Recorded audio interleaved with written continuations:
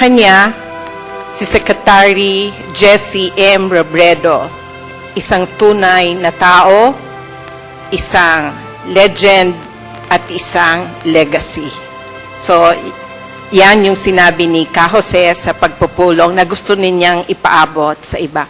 Maraming salamat dun sa pamilya, nakikiramay po kami. Malaking kawalan si Secretary Jess.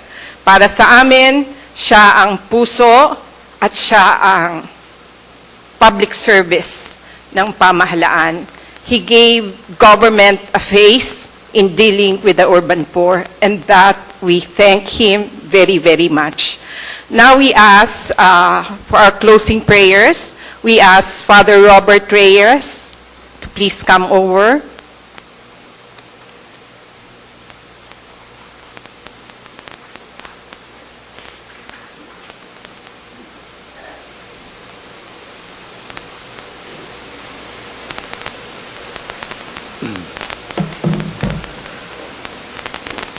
Tumayo po tayong lahat. Sa ngalan ng Ama, at ng Anak, at ng Espiritu Santo. Panginoon, sinabi po ninyo sa inyong mga alagad, hindi ko na kayo tinatawag na mga alipin, kundi mga kaibigan ko. Bagamat kayo ang kanilang Panginoon, kayo ay naging mabuti at maamong pastol, at isang matalik na kaibigan sa inyong mga disipulo. Ganito din ang unti-unti ninyong tinuturo sa sino mang sumusunod sa inyo, na sila din ay maging mabuti at maamong pastol sa iba. Ganito po ang naging buhay ni Kalihim Jessie sa kanyang pamilya, mga kaibigan, kababayan, mga kasama sa pamahalaan, sa mga sektor na kanyang pinaglilingkuran, at sa lahat ng kanyang kababayan, siya'y nanatiling mabuti at maamong tupang umaasa at tapat sa inyo.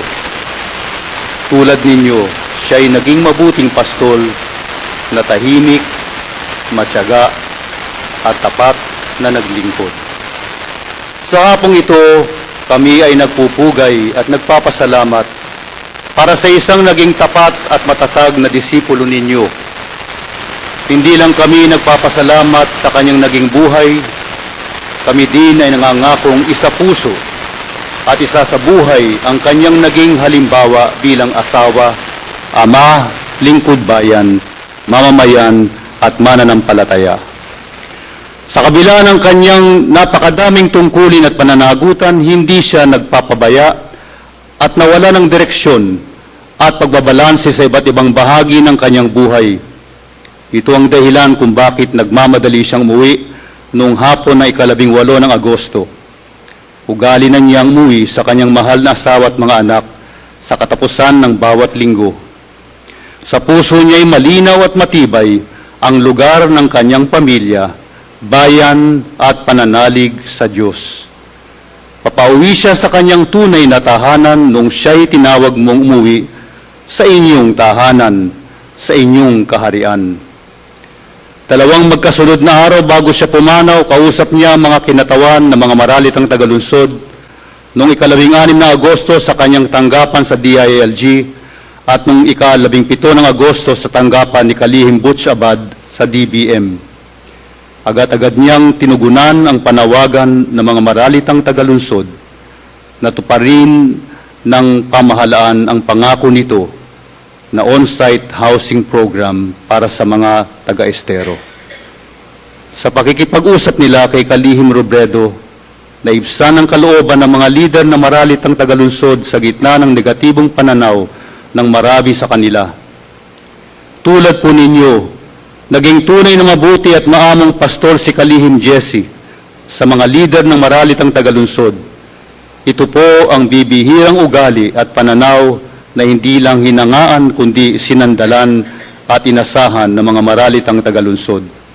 Kaya sa hapong ito, naririto ang maraming mga kaibigan ni Kalihim Jessie. Lahat sila'y may hirap, kapos sa mga material na bagay, ngunit mayaman sa pananalig, pag-asa at paninindigan dahil naging kaibigan, kaagapay at kalakbay nila si Kalihim Jesse. Masakit man sa kalooban nila at ng kanilang mga kaibigan mula sa mga NGO at people's organization, patuloy nilang tinatanggap mula kay Kalihim Jesse ang matibay at malalim na pananalig sa Diyos at pag-asa sa isang malaya at maunlad na kinabukasan. Pisikal mang wala na si Kalihim Jesse, siya'y buhay na buhay sa kanilang isip, diwa at pagkilos. Siya ay mananatiling puwersang magbibigkis at tutulak sa kanila na patuloy na ipaglaban at pandayin ang kanilang mga karapatan sa pamamagitan ng konkretong epektibong programang pangpabahay at pangkabuhayan. Panginoon, hindi po kami handang mawala si Kalihim Jesse, subalit malalim ang aral na iniwan niya sa amin sa kanyang biglang pagpanaw at pagbalik sa inyo. Wala siyang inaksaya o pinabayaan. Ginawa niya ang lahat ng kanyang kaya at dapat gawin sa panahon at lakas na binigay ninyo sa kanya. Sa kanyang lubos na pagpapahalaga sa buhay, lubos din niyang pinaghandaan ang katapusan nito o ang kamatayan. Panginoon, dahil sa kadakilaan, pag-ibig, katapatan na binuhos niya sa kanyang paglilingkod, inyo pong inihanda si Kalihim Jesse sa kanyang muling pagbalik sa inyo. Ituro din po ninyo sa amin na lubos na mahalin, pagpahalagaan at yakapin ang buhay at ibigay ito sa pamilya, pamayanan, bayan at higit sa lahat sa inyo. Ang buhay na tunay ay iniaalay sa iba. Ganito ang ginawa ng inyong anak na si Jesus at ganito ang ginawa ng inyong anak na si Kalihim Jesse. Malungkot at nagdadalamhati kami sa kanyang pagpanaw, subalit tuwid na tumitindig. Dahil buhay na buhay sa amin, si Kalihim Jesse Robredo. Eternal rest grant unto Jesse, O Lord, and let perpetual light shine upon him, and may he rest in peace. And may the souls of the faithful departed in the mercy of God rest in peace. Our Father in heaven, holy be your name. Your kingdom come, your will be done on earth as it is in heaven. Stay our daily bread. Forgive us our sins, as we forgive those that bring us to the test. Being a devotee of the Lady of Penitentiaria, let us commend our brother Jesse to our Blessed Mother to accompany him back to the Father's house, and to also comfort Jesse's wife, their children, their relatives and friends, and their colleagues in government. Hail Mary, full of grace, the Lord is with you. Blessed are you among women, and blessed is the fruit of your womb, Jesus.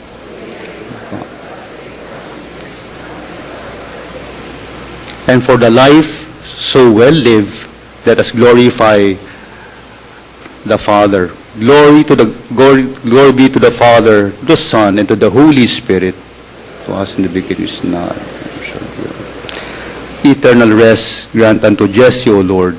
Let perpetual light shine upon him. And may you rest in peace.